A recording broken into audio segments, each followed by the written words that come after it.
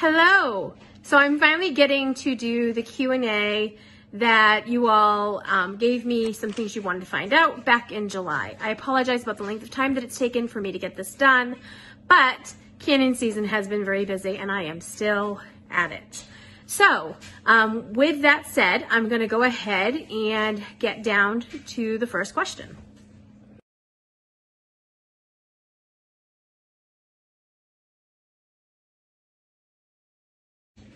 So Angela asked if there were any meals in a jar that were safe to can. The short answer is yes. There are several soups, stocks, stews, Salisbury steak, goulash, chilies that are all safe to be canned.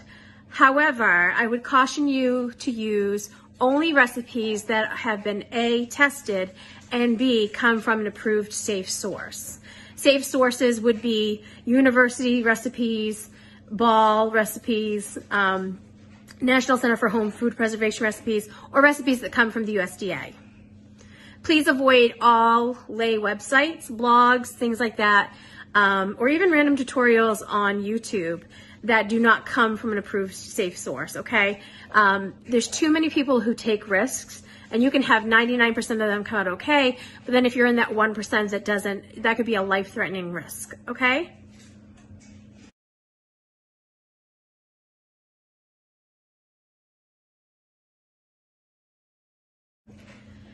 Carol asked, is it better to can corn or freeze it? Really, that comes down to personal choice. Personally, I would prefer frozen corn. I think it has better flavor. I like the crisp texture, but I know many people like canned corn. It's convenient, it's easy. You just put it in a pan, heat it up, and you're good to go. Or a microwave if you're so choosing. My personal, again, is to freeze it. I prefer not to can it only because corn, where it does have those little bits, it can get up underneath the seal. You can end up with jars that you have to reprocess. It's a long process to can corn because you do have to take it off the cob. But again, it all boils down to personal preference.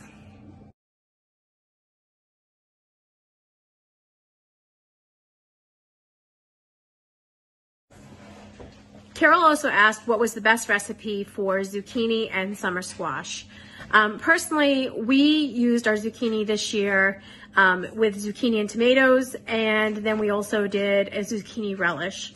Zucchini relish came out great. Everybody in the family seems to be a big fan of it. Also, the tomato and zucchini recipe I used was another big winner, but we also like to have zucchini ziti. So this gave me the option of having both the whole tomatoes and the zucchini all canned in one container. Remember, zucchini and summer squash, zucchini and summer squash have temporarily been removed from the safe canning list. I'm assuming that Ball or the USDA will start testing to establish a new safe time frame and pressure for zucchini and summer squash. But as of right now, it is not on the safe to can list. The only exception of that is with a relish, a pickle, or using zucchini and tomatoes.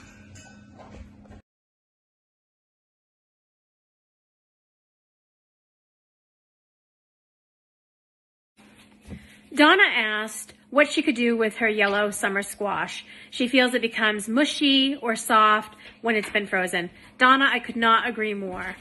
Yellow squash and zucchini both have a lot of water content, and even when they're blanched, you always have that excess fluid you have to drain off. Unfortunately, because it is not on the safe to can list, and until new guidelines are established that make it so, we're really only our only options really are to either freeze it and deal with the wet softness, or you could dehydrate it or freeze dry it. Freeze drying is rather expensive. Freeze dryers are, pretty big and cumbersome as well, so you'd have to have the space to store it. The other option is dehydration. Dehydration is rather simple. All you need to do is slice your squash thinly, layer it on the trays evenly, and turn it on until it reaches your desired consistency. You want a nice crisp chip if you choose to go with that option, and make sure that when you put it in either your jars, if you do choose to use jars, you either use a vacuum sealer or at least put some oxygen absorbers in there, especially if you live in a damp environment. Otherwise, you can vacuum seal it in regular vacuum seal bags.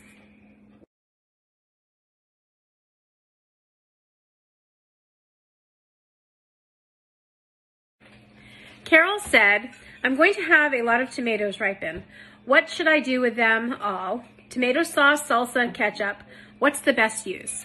Personally, I like to preserve my tomatoes as whole tomatoes. This gives me a lot more flexibility with whatever I choose to make. I can put them in soups, I can put them in chilies, I can put them in casseroles. I can even make sauce on the spot if I so choose to. So whole tomatoes are typically what I like to do. But again, it's personal preference as far as what you choose and what best fits your family. I also do take a fair share and make sauce. Typically 20 to 30 jars, depending on how much I have and how much work I want to put into it. But really my go-to thing is canned tomatoes whole.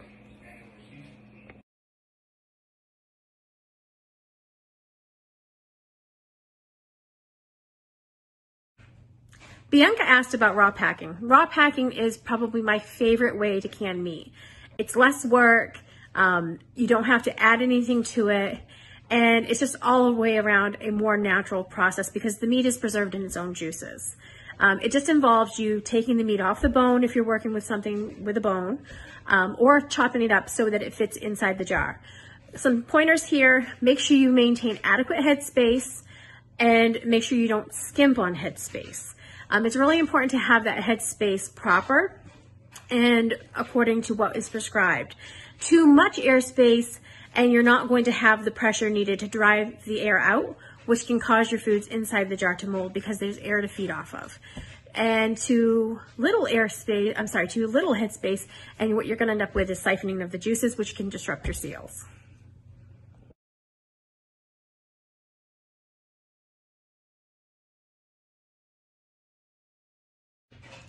Colleen wanted to know if it was safe to can shredded zucchini versus cubed or diced zucchini. And the short answer on that is no. Because the standards of canning are in question right now for zucchini and summer squash, there's really no way to get around that. Unless you're doing an approved recipe like tomatoes and zucchini, or zucchini relish, or zucchini pickles, the answer is no canning zucchini at all.